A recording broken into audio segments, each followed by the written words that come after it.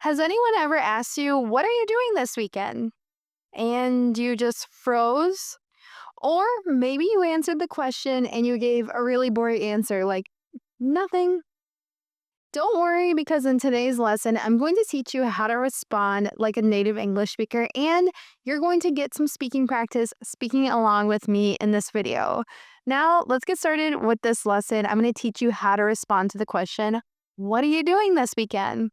Let's talk about some real life phrases that native speakers like myself actually use to talk about our weekend activities.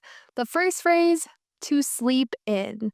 If you didn't already know, when we say that we slept in, it means that we slept later than usual in the morning. So we didn't wake up with an alarm clock. We rested and we woke up a little bit later than usual to sleep in. Oh no, I slept in! Sometimes sleeping in is not relaxing. If you're late for work, you might say, "I'm so sorry, I slept in on accident." It means you slept longer than you were supposed to sleep. Maybe you didn't hear your alarm, or maybe you even forgot to set your alarm. If you are like me, you like to just take it easy on the weekends. So the phrase is to take it easy. This means just to relax, have no official plans, don't worry about working or doing chores. You're just doing what you want to do on the weekend if you take it easy. So, this is a really great way to answer the question, "What are you doing this weekend?" You might just say, "I'm just taking it easy."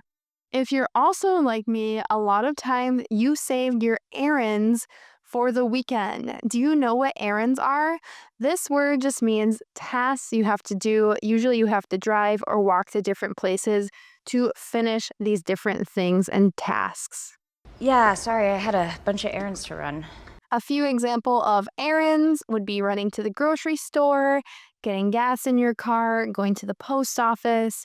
These little tasks and chores that are kind of annoying to do because you have to leave your house to do them. Instead of saying you're going to a restaurant, a really good phrase to use is to go out to eat. To go out to eat just means to go to a restaurant, but typically this is done to enjoy the restaurant. This is kind of a planned thing typically, or you say, "Let's go out to eat." It's like something to do. You're going out to the restaurant to enjoy it, not just to get food. We went out to get something to eat after work. Have you ever binge watched a show? Of course, we all have, especially if you have a Netflix account and it just keeps playing the next episode and the next episode and the next episode. We call that binge watching. It's a really common phrase to use in English. I'm binge watching this crazy show. When I have guests to my house, I use the phrase, "I'm having people over." To have people over just means to have your friends or your family at your house to entertain them and enjoy a casual group hangout. Sorry, I just had a few people over. Yeah, I can see that. And finally, on the weekends, time really flies by. You can say, "Oh, that weekend just flew by." This means that the time feels like it goes very quickly on weekends because usually you're enjoying yourself, you're enjoying your freedom from work. So, a really common phrase that we use to describe the feeling of the weekend going by very fast is "it flies by" or "it flew by." Yeah, the week just flew by. Now, I promised you this lesson would include some speaking practice. And for our conversation today, I don't want to read it all to you. I want you to read the words on screen in order to practice speaking with me using some of these natural phrases. So I'll start the conversation and then you read out loud during the pause to help practice your speaking. Let's go. "Hey, how was your weekend?"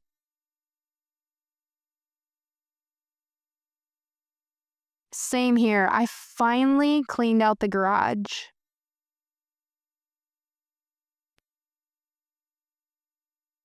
"That sounds nice." "I binge watched a new series and now I'm hooked."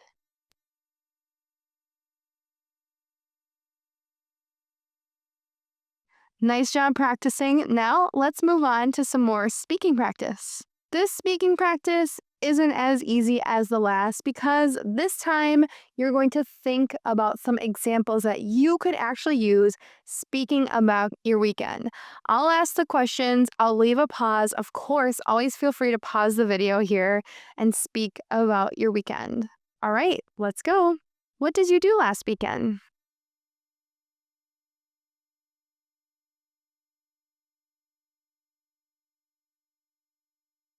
So did you go anywhere or did you stay home?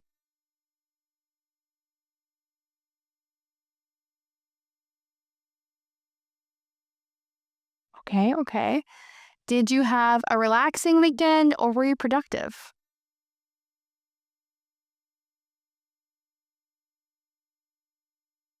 What would your perfect weekend be like?